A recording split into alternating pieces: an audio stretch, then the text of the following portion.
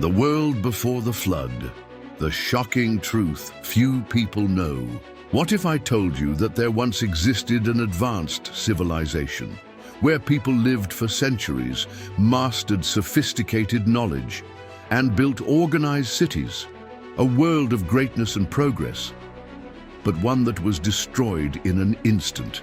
It sounds like fiction, but this was the reality of the world before the flood. The Bible gives us clues about this lost era, a civilization that thrived in culture, technology, and power, but that plunged into the chaos of corruption and rebellion against God. Humanity strayed completely from its creator. Evil took over, and divine judgment became inevitable.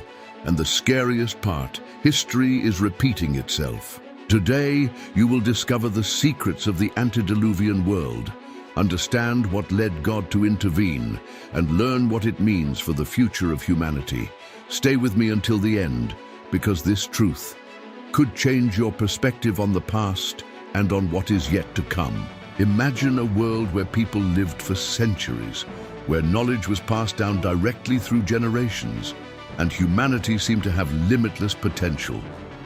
That was the world before the flood, a civilization that advanced in many ways, but also sank into corruption and rebellion against God. Unlike what many believe, this period was not primitive. It carried signs of great cultural, social, and even technological development. The Bible provides us with hints about this society. After the expulsion from Eden, Adam and Eve's descendants multiplied and began forming organized communities. Cain, for example, founded the first city mentioned in the Bible, indicating that humans already understood urbanization concepts.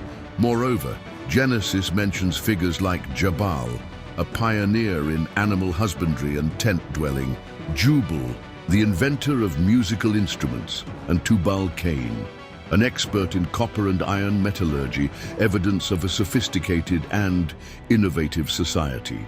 But behind this apparent grandeur, something was terribly wrong. The pursuit of knowledge and progress did not come with obedience to God. Over time, humanity drifted further and further from the Creator. And this estrangement opened the door to a scenario of corruption without precedent.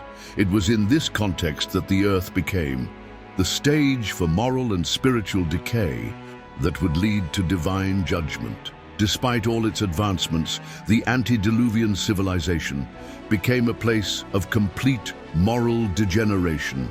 Distancing themselves from God brought disastrous consequences, and the Bible reveals that mankind's wickedness multiplied so greatly that every imagination of the thoughts of his heart was only evil continually.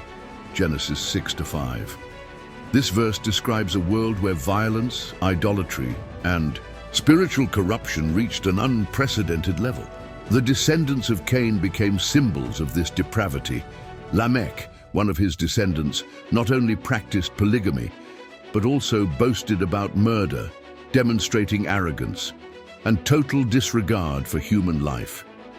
Society as a whole embraced a lifestyle dominated by lust, injustice, and the boundless pursuit of power, completely ignoring. But God, in his justice, would not ignore this situation indefinitely. He saw that the earth was corrupted and filled with violence, and he determined it was time to intervene. However, before judgment came, he still offered a chance for repentance. And it was in this context that Noah emerged as a beacon of righteousness amid the darkness. One of the greatest mysteries of the antediluvian world is the presence of the Nephilim. Genesis 6:2 mentions that the sons of God saw that the daughters of men were beautiful and took them as wives. This passage raises one of the most intriguing debates in theology. Who were these sons of God, and what really happened in that period? There are two main interpretations of this passage. The first suggests that the sons of God were fallen angels who had relations with human women, giving rise to a hybrid race of giants called Nephilim. This idea is supported by the Book of Enoch, which describes angels known as watchers corrupting humanity and teaching forbidden knowledge. The second interpretation, more widely accepted in traditional theology, argues that the sons of God were descendants of Seth's godly lineage, while the daughters of men were descendants of Cain's corrupted lineage. This intermingling would have led to the spiritual and moral degeneration of humanity, culminating in the total depravity that preceded the flood.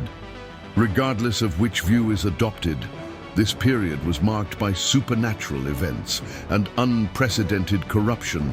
The presence of the Nephilim and the spiritual rebellion are among the most intriguing elements in the flood narrative and underscore the seriousness of the divine judgment that was about to come.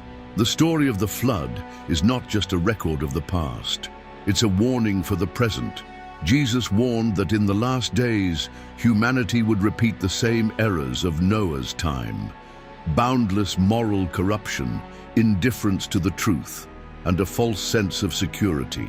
If we ignore the lessons of the past, we will head toward the same fate as the Antediluvian civilization, but God always offers a way of salvation to those who choose to follow him.